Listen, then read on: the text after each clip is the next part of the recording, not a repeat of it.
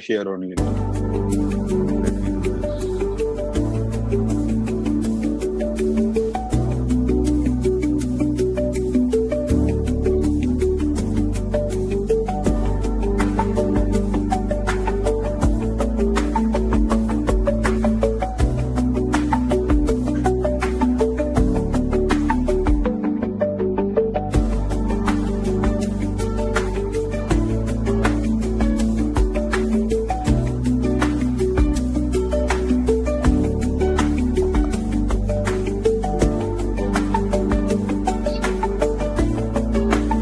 Recently,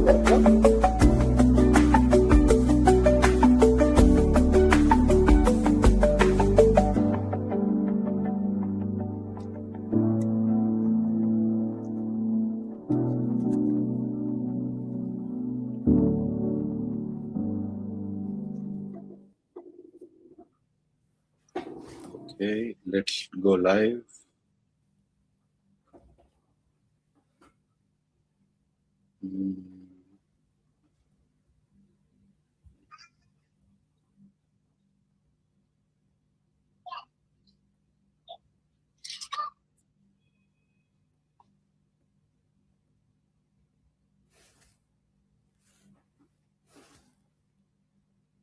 All right, it's time to go live. This is the 49th episode of Aura 8 by Kryptonite UAE, and with me we have Suril. I think by far he is one of the most entertaining speakers, and my apologies to all the guests for bringing him on so late. In my defense, I would say that he was traveling, and that's why I couldn't get him earlier. Suril, what's happening in the Indian crypto scene? We are the highest number of crypto wallet holders in the world, yet we are lagging behind in regulations. We are lagging behind in massive adoption. Why are we missing this bus? well, firstly, let me thank you all for this opportunity. And for everyone who's joining from around the world, I would like to uh, give my sincere thanks to all of y'all who are joining. And let me start off I don't know if I need an introduction or should we just straight away jump into. No, please go ahead and introduce yourself. Yeah, so I've spent more than a decade working at the intersection of law, technology, and digital assets. And during this time, I have witnessed Bitcoin evolve from an obscure experiment discussed in small online forums to a global asset class, right? And that, I've had discussions with governments, I've had discussion with sovereign wealth funds, banks, corporations, and it's become too big to ignore now. And for me, the fundamental question is, that who controls the money? That's what is the debate. And this is what the government, especially in countries like India, fear that they'll lose control over the financial system if crypto and stable coins and all come into the being. But this is completely stemming out of fear. I mean, uh, yes, it is important to balance innovation, freedom, security, and sovereignty in a. How do you do that? I mean, I find it surprising that a country like India, which has evolved probably one of the most advanced digital payments network, the UPI, and yet they are fearing things like stable coins and crypto.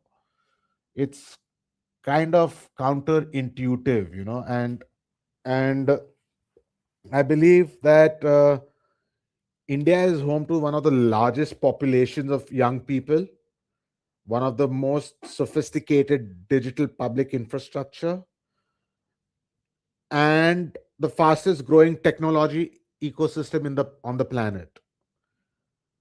this opportunity for us is enormous, but also I can understand, where the fears of the RBI in particular and the government is coming is that they're scared of, you know, online money laundering, online digital, uh,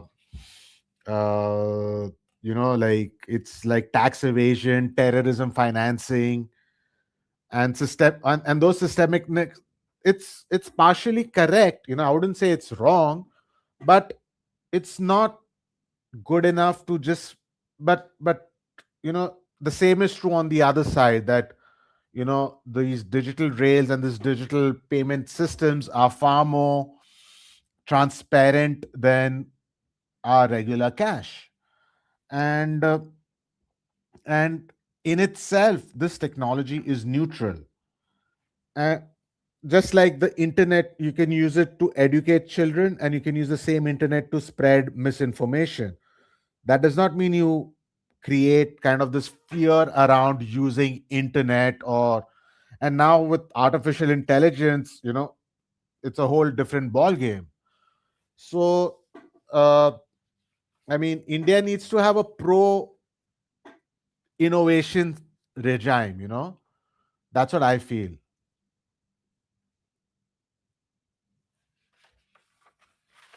I agree with you, but uh, do you think fear is the only reason that they are holding back the possible brain drain that is happening in the country?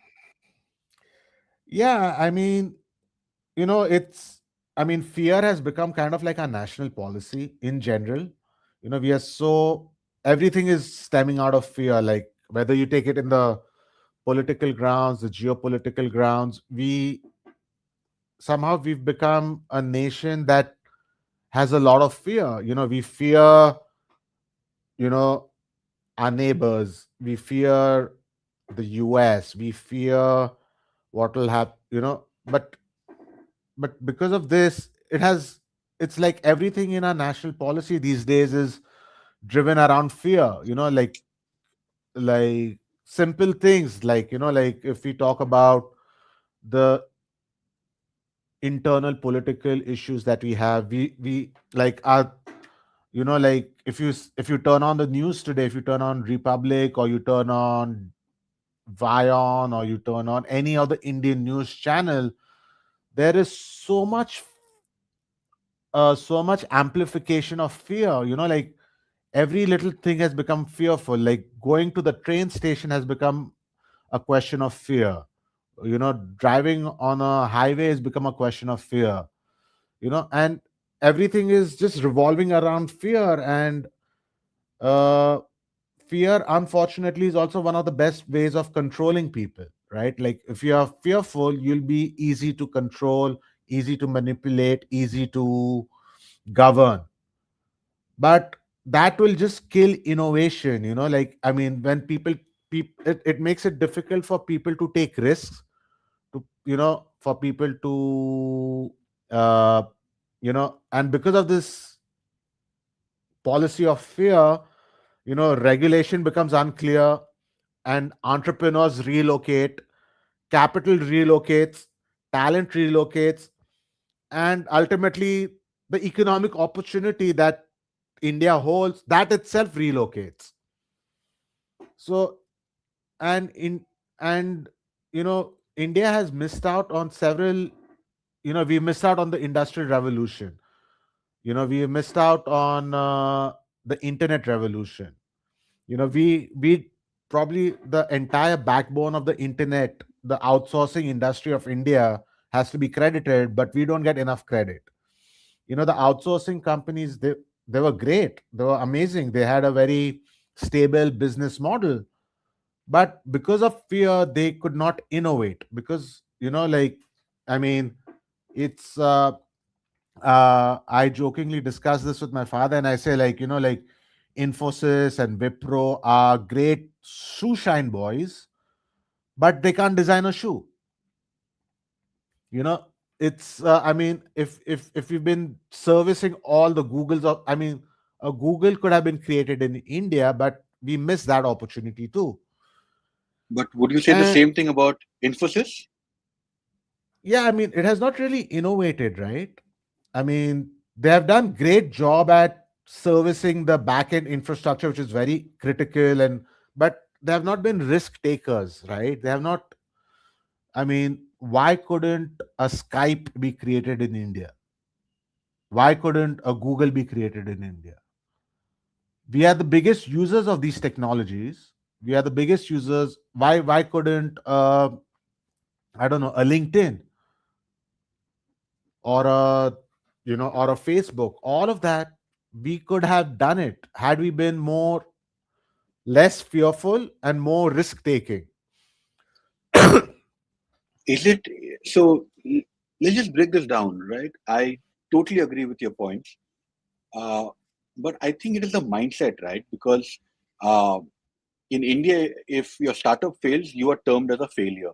But Yeah, in SF, if you fail, sorry, if your startup fails, your startup has failed. You haven't yeah, failed as an yeah, individual. exactly. Uh, I come from Bangalore, where if you go to Indranagar or Koramangala, every random coffee shop, somebody is preparing for a pitch or somebody is pitching.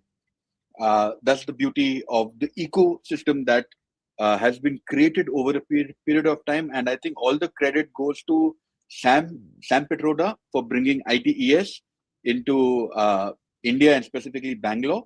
And slowly, I think the ecosystem turned towards this very vibrant, risk-taking kind of a stuff. But then, do you really believe is it our mindset is a problem or our laws is a problem? Specifically, uh, at your thing saying that why couldn't we create a Google or why couldn't we a Microsoft? I think, see, Indians in general are risk takers, right? Like if you look at all the people who have emigrated out of India and gone to the US, Europe, elsewhere in the world, they have taken risks.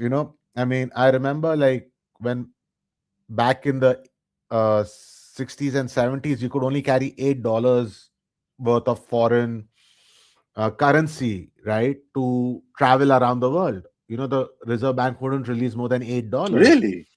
Yeah, This that's why is there was this eight movie. eight dollars. Yeah, there was a movie called Around the Eight. World in $8 back in the day, if you remember. Oh, I haven't watched it. Okay. So it's like, and people were taking risks. They were going to these foreign lands. They were going to, you know, s- so by nature, we are risk takers. I mean, today, if you see some of the topmost tech companies in the US, Silicon Valley, whatever you call it, are most of them are Indians. Like like if you take Google, it's Sundar Pichai, Satya Nadella, uh, you know, Chanel, even fashion now, Chanel, for that yeah, matter. Indra Nooyi was for Pepsi. They all have gone Yeah. outside of India and flourished. But the same thing, if they were to do True. in India, because of the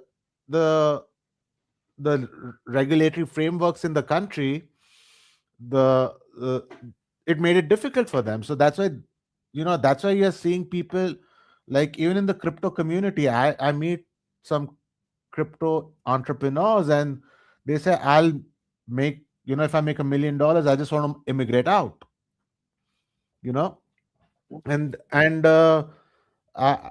this it's because, like, it's like, even today, if an Indian wants to invest in foreign company, he's restricted to 250,000. He or she is restricted to $250,000 a year.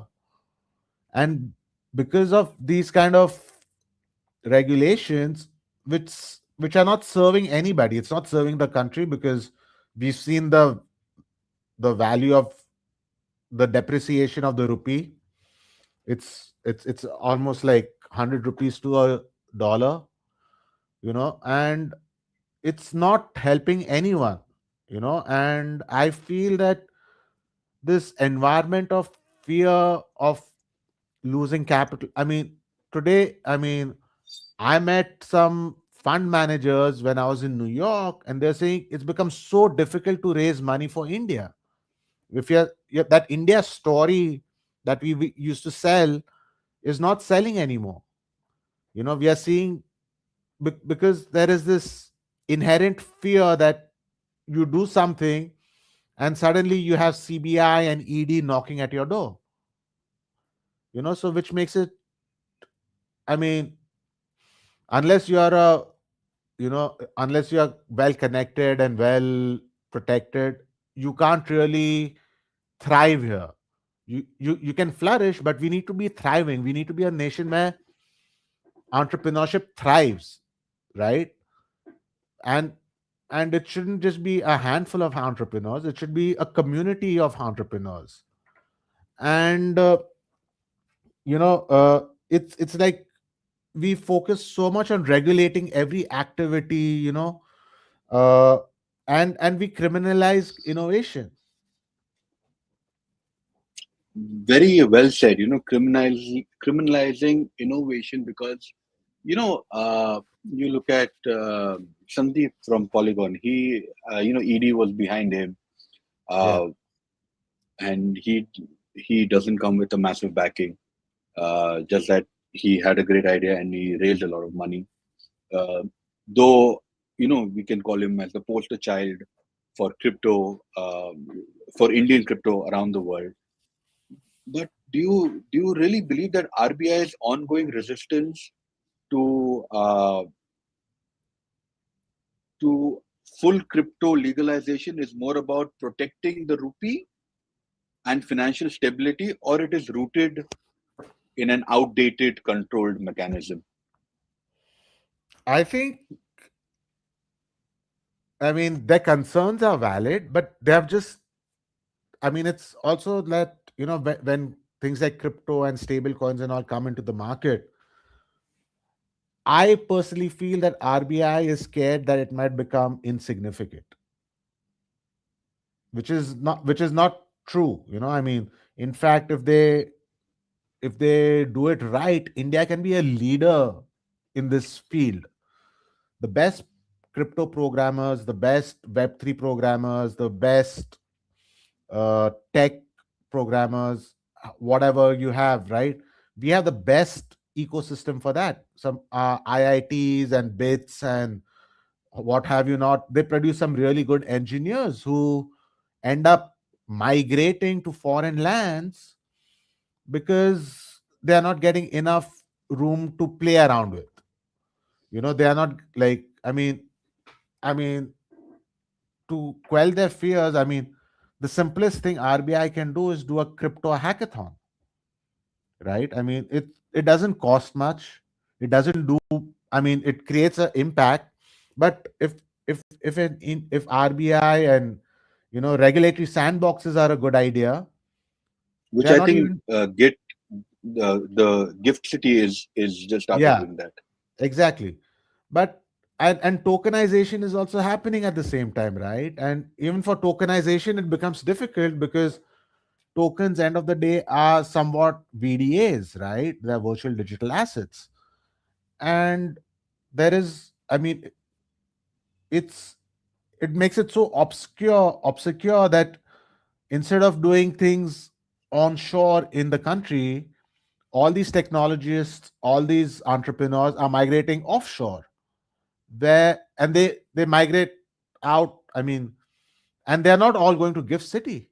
They are going beyond Gift City. They're going to various regions, offshore jurisdictions, and many of these offshore jurisdictions have obscure laws, right? I mean, they're not very clear, but they allow them to play with, right? And you know, and for a country that receives one of the world's largest inward remittances, Yeah. right? We are the largest re- beneficiary of foreign remittances. I mean, back in 2014, I had calculated that if India allowed for bitcoins, it would save close to $7 billion in the remittance costs, which would be sufficient enough to fulfill the entire midday meal of the country. I think this was also mentioned by Richard Tan when he was on Rashmani's podcast. The inward remittances that happen, $7 billion for a country to save. Actually, not just for a That too, country, for individuals that to save, right? and this was in remember this was in 2014, 2015. So what do you think is the figure now? Is it into three, into four, 4x, 5x? I mean, you have to just compare it to the Bitcoin prices.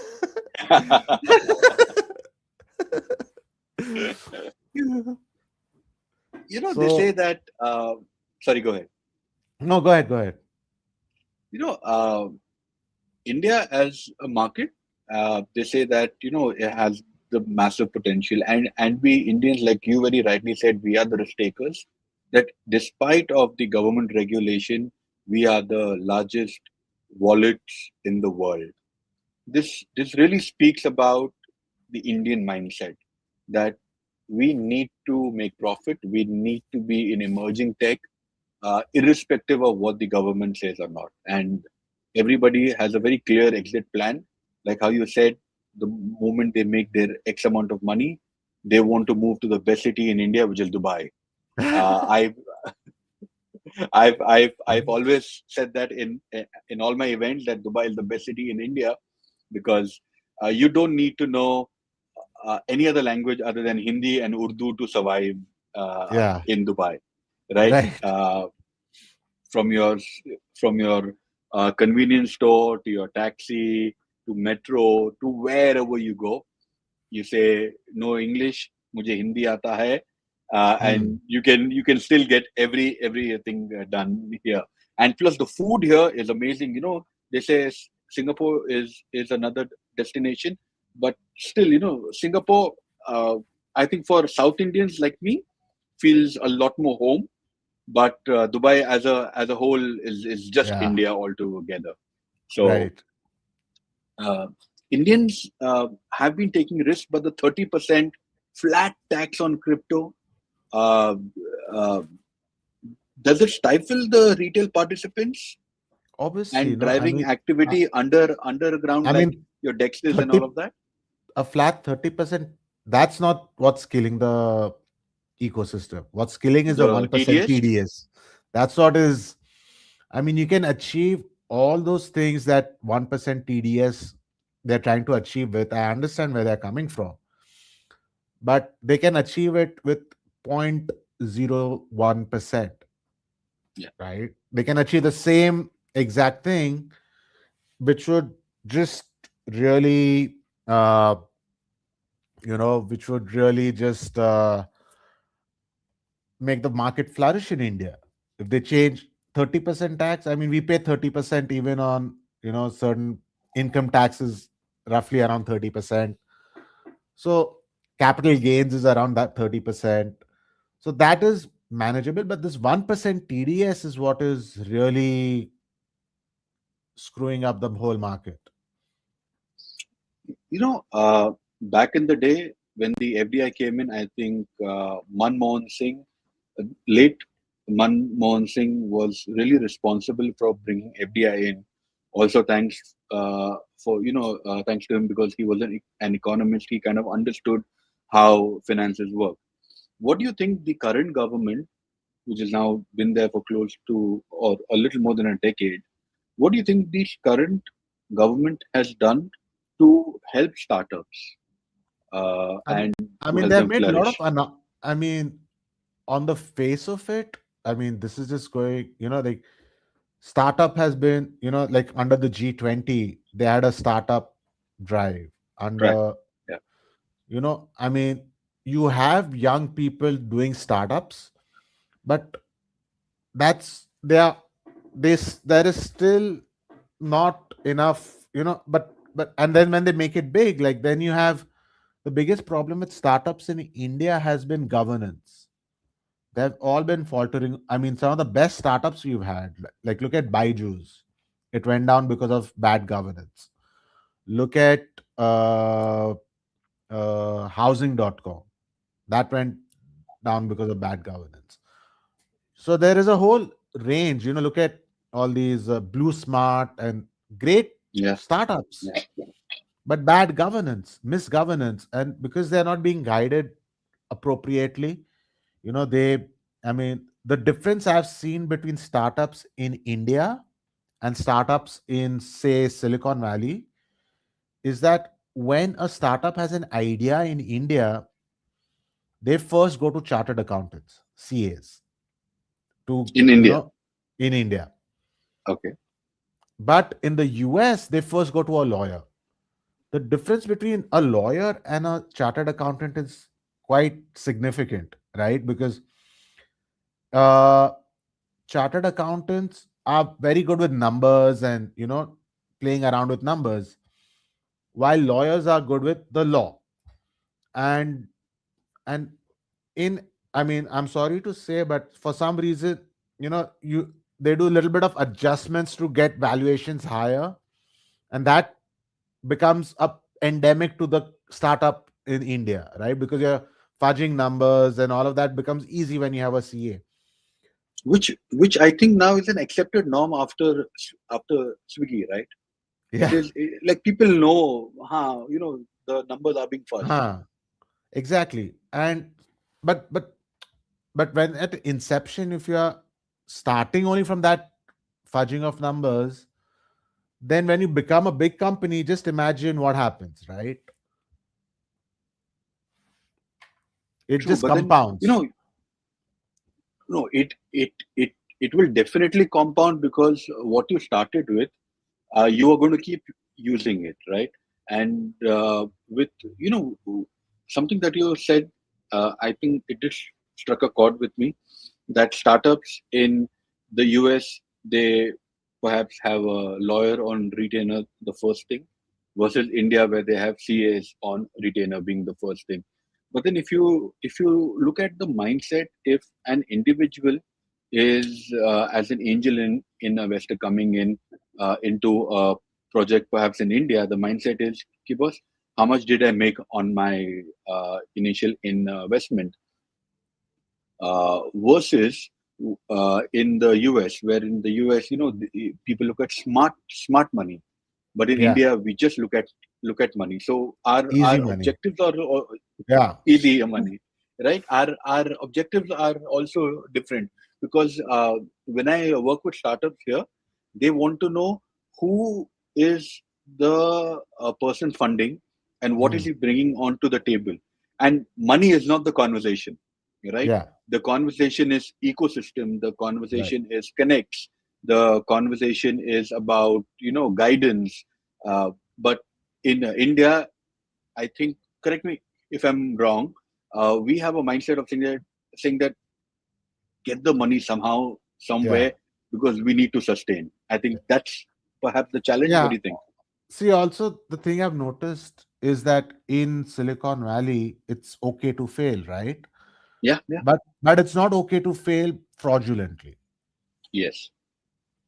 right? I mean, entrepreneurs are entrepreneurs, and some of them can do it and pull it off. But in general, I mean, you know, and also the whole I mean, there is an entire college system that supports entrepreneurship, right? Like if you go to Silicon Valley, it's Stanford, UC Berkeley.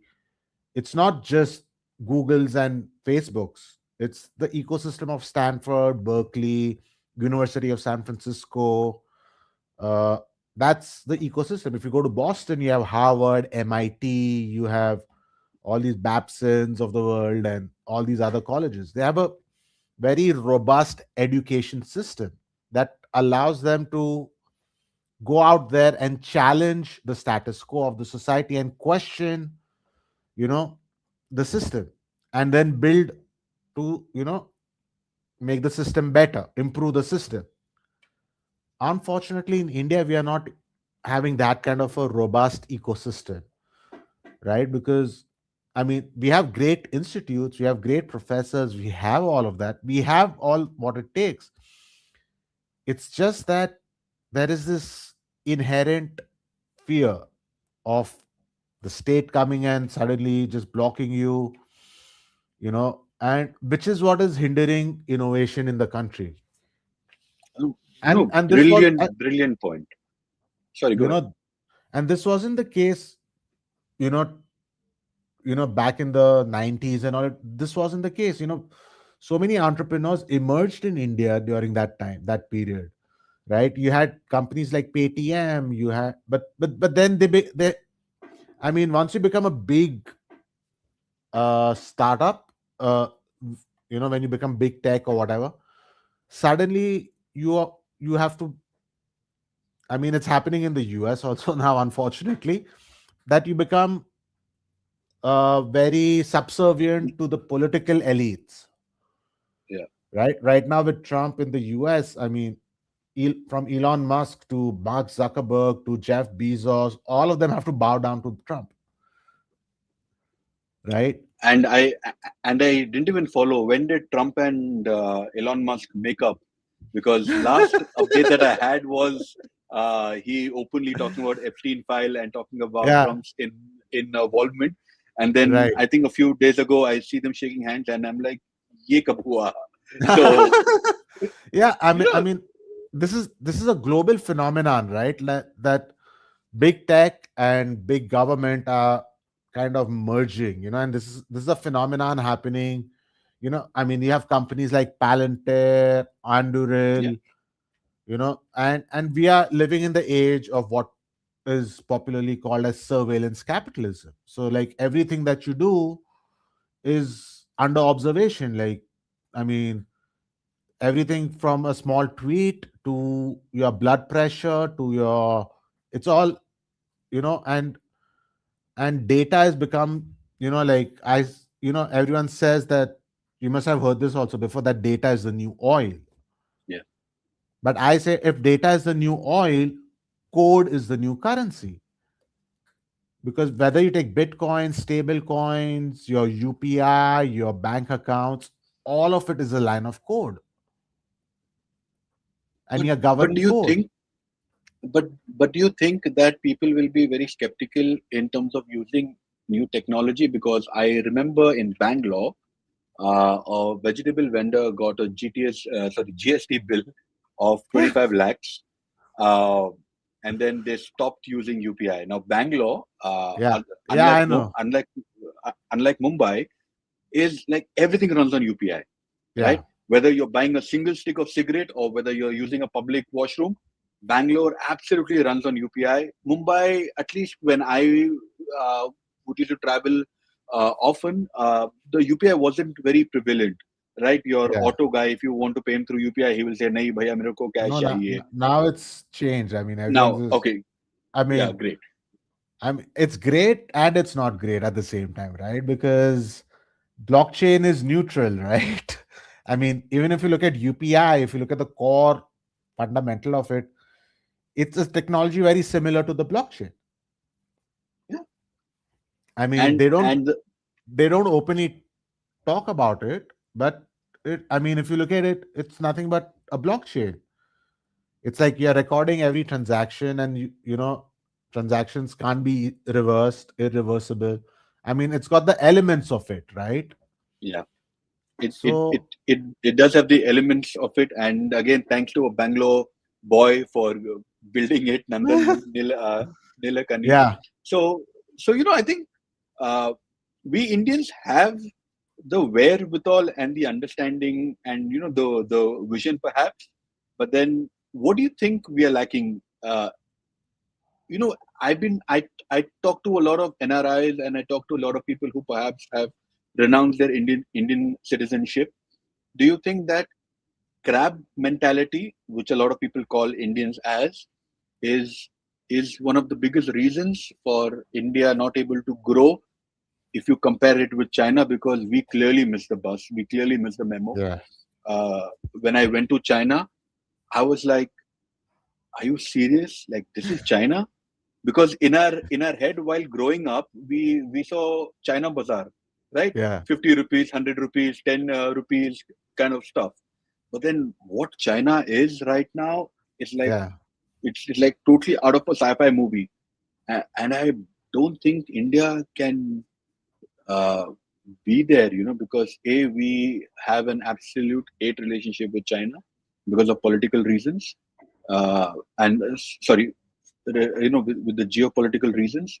But then only if we would have paid attention to China, the way it is grown and where, like, how it manufactures everything from a pin to a plane. Uh, I think we have clearly missed the bus. Like, we are not in any race at all.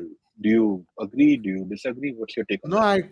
I agree to a large extent, and I think the geopolitics has played a big role for us. Like we took a geopolitical position to side with the US, for example, and become the back office for American tech. Yeah. We became, but imagine if you would have become the back office for Chinese tech, So right? you're saying we still would have been a back office for someone or the other, but not Y- the Yeah, main the main character because energy. I mean that's because I mean the Indian. I mean we can dream big, but our governments don't dream big enough. They think big enough up to the next election cycle. Yeah. That's the problem with the country. Like any government, whether be it Congress, be it BJP, be it the Janta Dal, whoever has been in power, they are only coming out with things that will make them win the next election. And that has been our biggest problem, right? Like in any state you go, however forward thinking, liberal they may be, but they are worried about the next election and the next election and the next election. Not that it But doesn't I think happen in not that it doesn't happen in the US. It happens in the US too. But they come up with these grandiose visions, right? And and we are dwelling too much in the past. Our past glory, our past, like we are going back thousand mishaps, yeah. years, thousand years when India was the golden chidia, as they call it, right? And we are trying to be in the present with the memories of that era, which are not going to function in the modern era. Yes, we have to respect that. Okay, fine. Yeah, we were a glorious nation, but that old glory is not going to take us forward. We need to be more futuristic. We need to be, thinking about, not 5 7 years from today, but 50 years from today. And GDP is not the only criteria. It's like India has been falling behind in so many other factors, right? The Indian passport was once ranked as 75th. Now it's almost 125. We and yes, there is a lot to be proud of this country. We have achieved a lot. We've moved, but we are not moving at a pace of what you call an elephant. We are moving at a pace of a turtle. Both are different strategies, but the modern generation can't move. You can't expect young kids to be, moving at the speed of a turtle. Absolutely. We are, we are the Maggie generation, where we want everything to be done quickly, right? Even Yeah. though Maggie says it is ready in 2 minutes, but we still want things to be done chop chop, as Yeah. they say.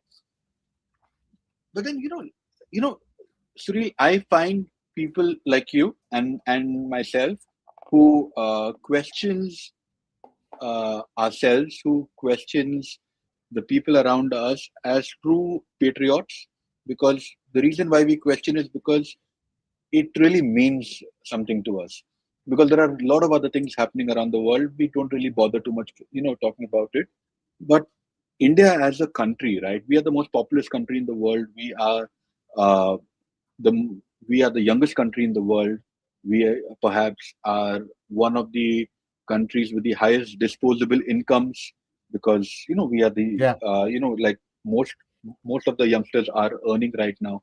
But then if you look at Singapore, 50 years ago, it was the biggest slum in the world. 55 Yeah, years ago, it was the biggest slum in the world. Its entire population, the male population, was opium addict. yeah, The female population, most of them were into prostitution. From there to where they have, positioned themselves and where they are is unbelievable. right. UAE, for that matter, uh, Yeah, it was absolute a desert. desert. Yeah, Yeah, right.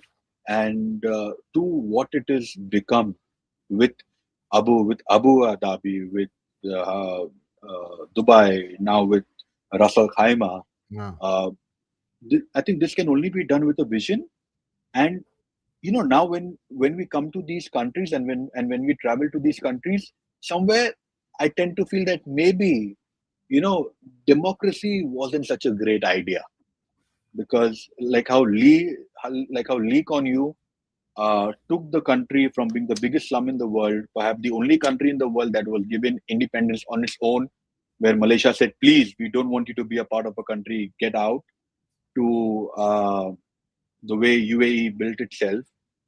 Do you think that democracy at times doesn't really serve the purpose? If you look at specifically countries like China, specifically countries like Singapore and the UAE, though Singapore is a democratic country, but the time that Lee Kuan Yew served, he really changed the country yeah. and paved the You- you- vision to what it They is used to call today. him the benevolent dictator. I remember back in the day. But it's, I mean, yes, leadership does matter, and I feel that democracies can be burdensome. There's a lot of costs associated with running a democracy. There is, but again, there are countries and there are countries, right? Look at Germany, for example. Germany was at one point a fascist nation, the Nazis. Before that, it was a kingdom. Now it's a democracy, right? So it flourishes over a period of time, right? It's like, and we are a young democracy compared to America, which just turned 250, right? I mean, and 250 is a blip on the world because the first parliamentary democracy was Iceland, which was in 934 AD or something like that, right? And and if you look at Scandinavian countries, they have managed to be democracies and they have managed to be yet progressive. So, I mean, yes, it's all about not just leadership is important, but how that leadership is implemented. Is it implemented through threat, fear, and force? Or is it implemented through peace, love, and understanding? But then, if you look at these two countries, they have imposed heavy fines. They have imposed heavy rules and regulation. Like uh, one of the main reasons why I hate going to Singapore is that I cannot vape in Singapore. Uh, and then you can't chew gum in Singapore. Dubai, we know that the moment we are on the streets driving, we are like ultra careful, Yeah, because one mistake will cost us like 10, 20,000 Indian yeah, rupees in fines. So I think, and compared to India, right? Because you and I have both driven on the streets of India, and we both, I'm assuming, we have made yeah, mistakes, but they're not really bothered, saying that okay, it is okay. We'll figure it out. But in Dubai, if we happen to take a turn by mistake, we're like, oh my god! Like, I hope the yeah. camera wasn't there. I really hope this. Like, Didn't get captured. I know, like for that Yeah. 10 minutes, Fear. we are like, oh my god, yeah, massive fear, massive fear. But the So difference is that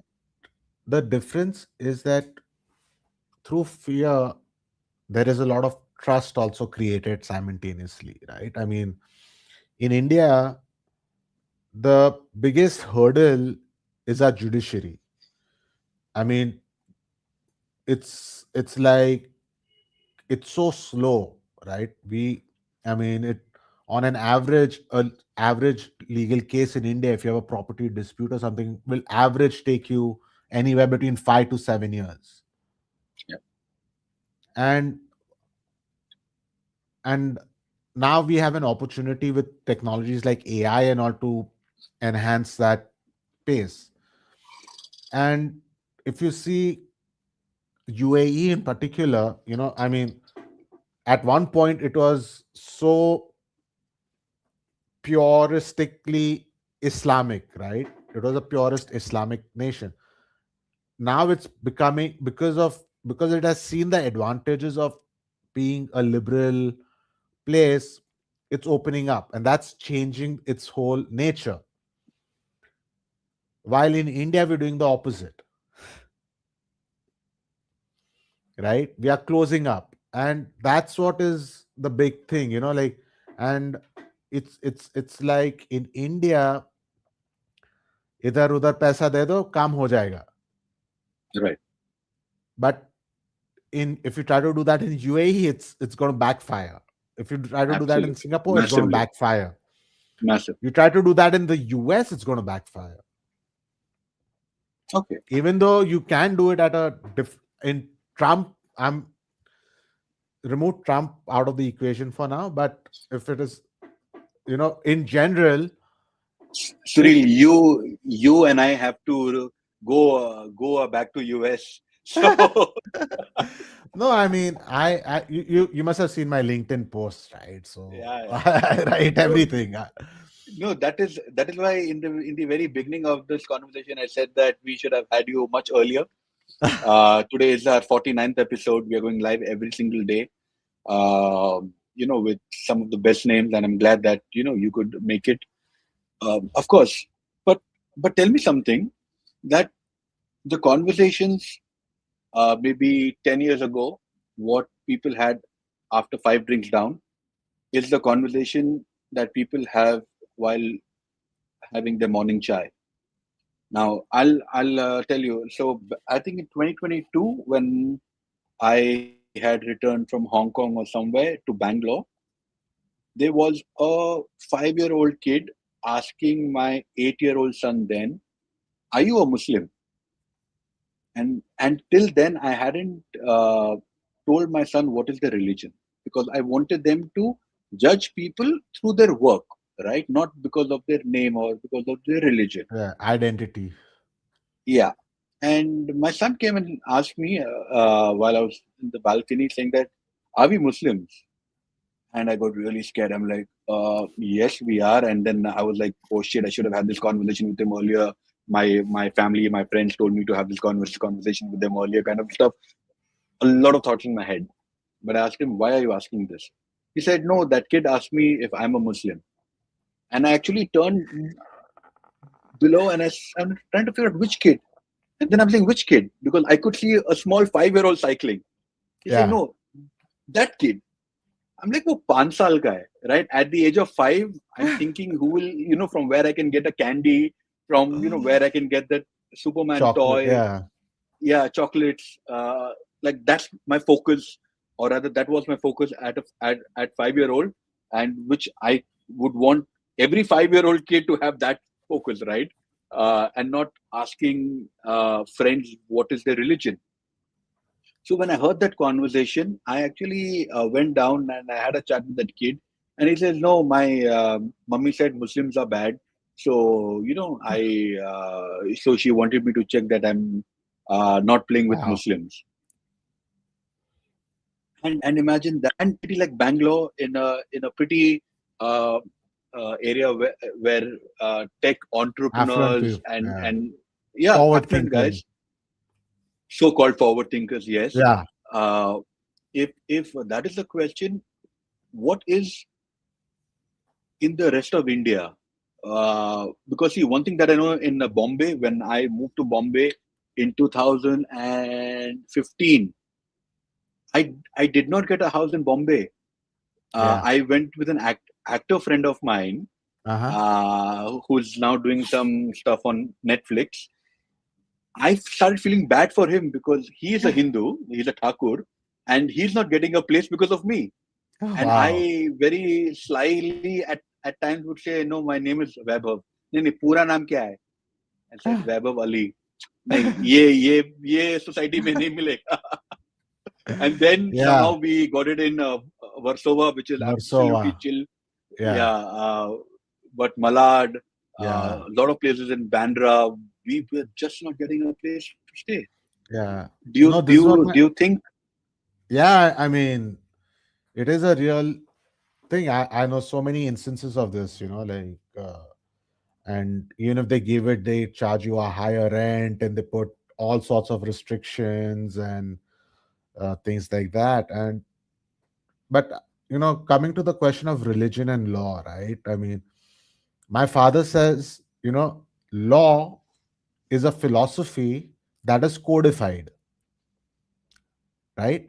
It's all codes and sections, and law is a philosophy that's codified. Religion is a philosophy that is ritualized. So all religions have rituals, right? And and the thing is that we get so lost in codes and rituals that we forget the philosophy. Because Very well end said. of the day, all religions are, have a similar, if not the same philosophy, that do good for people, be kind, be generous, you know uh, help each other. That's a part of almost every religion. But because of these rituals, and because of the rituals, we are so lost. And those rituals are the weapons which, they become weapons if not looked at it properly, right? I mean, a ritual can, so, and in law also, all these codes, all these sections. So lawyers are so lost in codes and sections that they forget the actual philosophy for what, say, for example, the Constitution was created, or why IT Act is there. And we don't teach philosophy in schools, we teach religion, especially in India, Yeah, right? Any school you go, right? I mean, you should be starting with a philosophy, and from philosophy emerges law, religion, and what have you not. But if and philosophy is like mathematics. If your principles of mathematics are clear, if you say that 1 plus 1 for me is equal to 2, then it's equal to 2. Same thing with philosophy. It's like, I will do this, I will not do this. Then your decisions in life are much simpler. And even in management schools, they don't teach philosophy. It's But if you open any uh, uh, AGM newsletter of any publicly listed company, the first paragraph usually starts with, our philosophy is, and that's where it stops and it ends, and then it goes into all other stuff. But philosophy is such an important subject, and philosophy is neutral. Like if you look at Bitcoin, Bitcoin is a philosophy correct. first.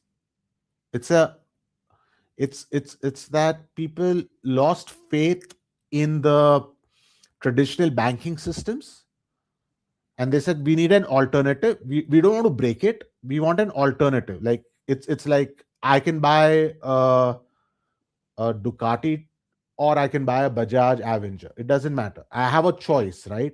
Clearly, that if I can afford a Ducati, I'll buy a Ducati. If I can afford a Bajaj Avenger, I'll buy a Bajaj Avenger. But you don't.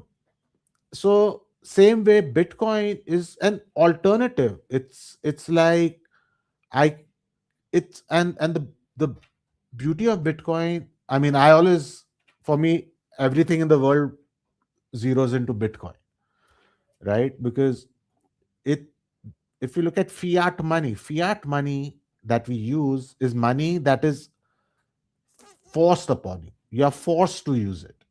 The rupee, the dollar, the whatever. It's by compulsion. You have no choice. Bitcoin, well, you can use it, you cannot use it. You can believe in it, you cannot believe in it. It's neutral. And that's what made Bitcoin such a powerful movement, that it's, as a technology, it's neutral. And when anyone tries, and now we have the fork coming up. I mean, we didn't discuss that, but you know, the fork, what is the fork for? Like there are the core, and then there is the BIP 110s, and there is this, kind of like this battle going on.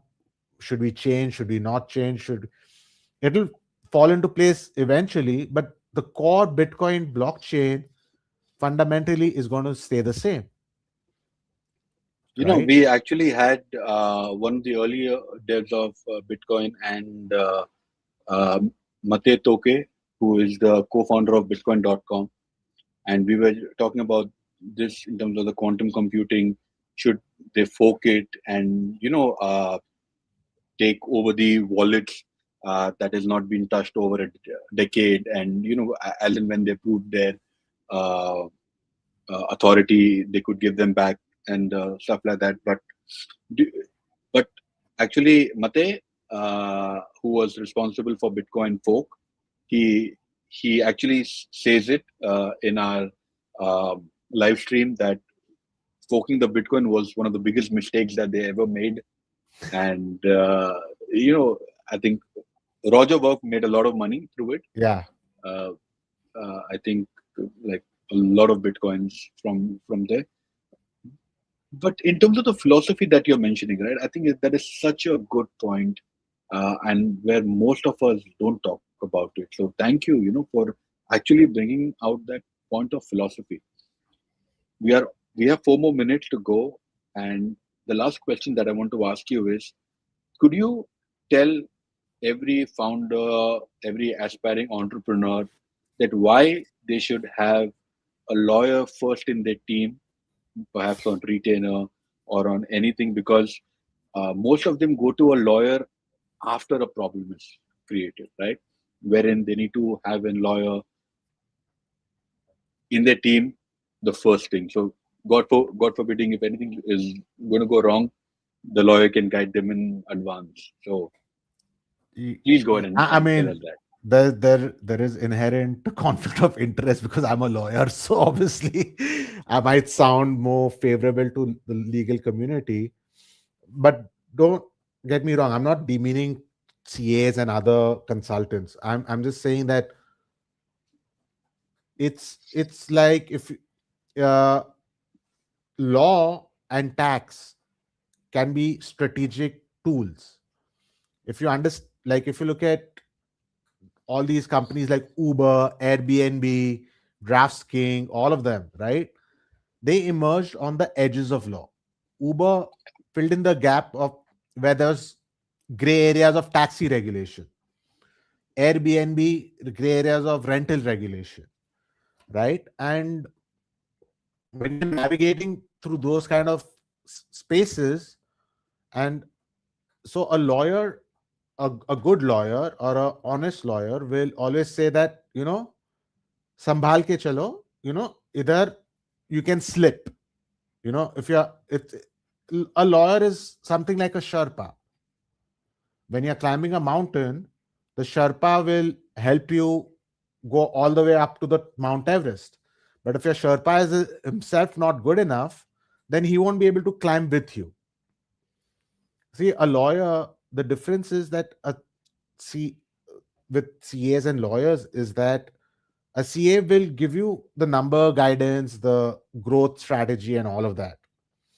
But he won't be able to walk with you. He'll create an Excel sheet and he'll give you all these numbers, and then you play along. Whereas when if you have a lawyer from the beginning, then you will build your strategy in such a way that you don't fall. And if you fall, you get minimal injury, right? When it comes to companies, You know, it's in usually in fact, I higher just want to value. add. Yeah, go ahead. Yeah, go ahead. Sorry, I'm losing you. Yeah. No, can you hear me now? Yeah, I can hear you now. I'm sorry. I was saying that I just want to add on to this. In 2012, there was a startup which started delivering food in the midnight. It was called Midnight Hunger Solutions. It was India's Hmm. first midnight food home delivery service. Wow. And after that, it also branched out to Mumbai. But I was the founder of Midnight Food Home Delivery Service. Oh, And the wow. first thing that I did was I called up a lawyer friend of mine and I said, "Bro, I want to deliver food in the midnight." He said, uh, he had a couple of questions. I said, "No, nobody will come and eat in our facility, but we Yeah. can cook and we can deliver it." He says, "Yes, there is no law against delivering food in the midnight, and there is no law in terms of cooking in the midnight. Just Hmm. that nobody should come to your establishment." I said, "Great. That Yeah. is all I wanted to Cloud kitchen. Yeah. confirm." Yes. In fact, we were the pioneer of cloud kitchen, but we didn't know it was called cloud kitchen back then. Wow. I think Zomato came in and they said, "Oh, okay, so this is your mother kitchen."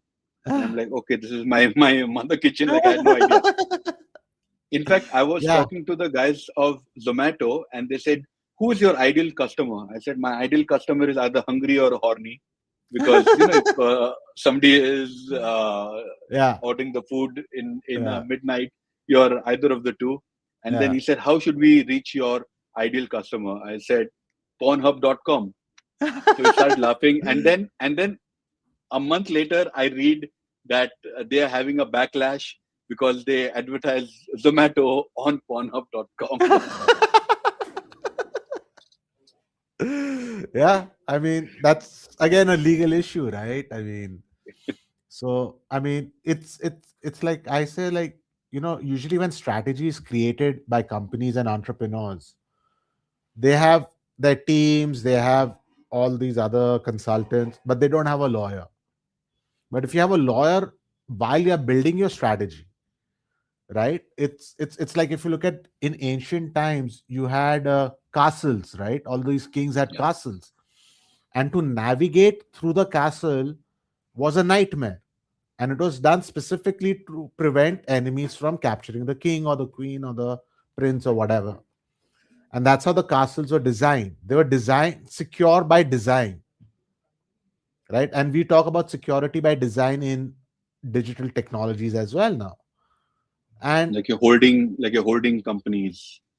exactly, I mean, that's one part of it, but also the way you design your whole architecture, right? I mean, it's like, why do you have so many holding jurisdictions? Why do you hold a IP in one country and your customers in another country?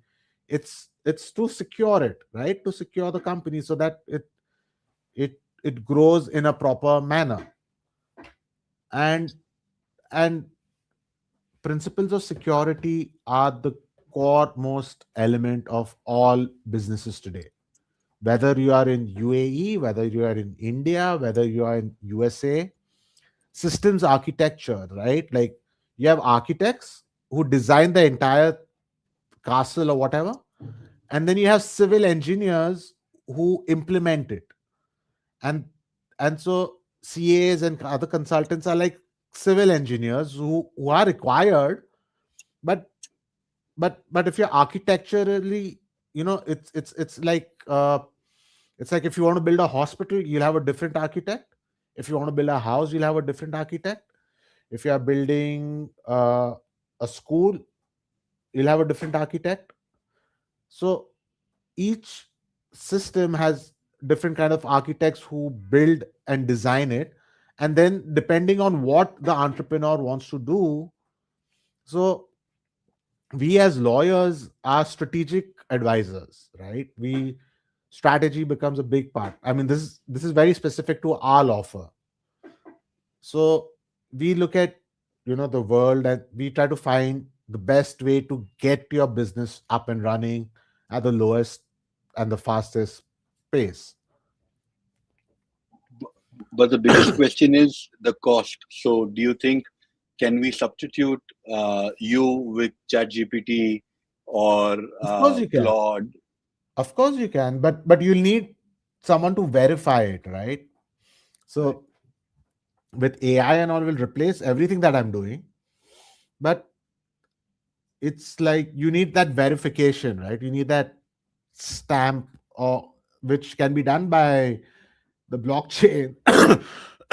But in practicality, when you have to go and defend it in the when you're in trouble, or when you're not in trouble, how do you plan for it? You know, Got it. True. True. And Suril, I've really loved this conversation. Thank you for coming over. thank you. And as I said that I find you one of the most patriotic individuals in this space because you have always spoken for the country's growth. You have always spoken for the growth of the Web3 and the emerging tech ecosystem.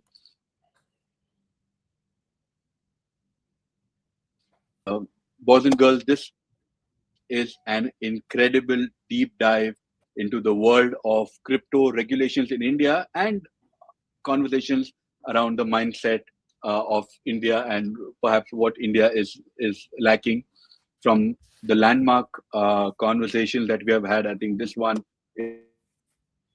is also one of them. Suril, you are the disruptor, the fighter, the visionary at Nishith Desai Associates, who's been the forefront of India's crypto journey, whether it is shaping the policies, protecting innovation, or championing technology freedom. Suril, a big thank you for your time, Thank you. and hope to see you again in the near future. Definitely. And have a similar con. I think I lost you there. Sorry. Yeah, I think the network's acting up.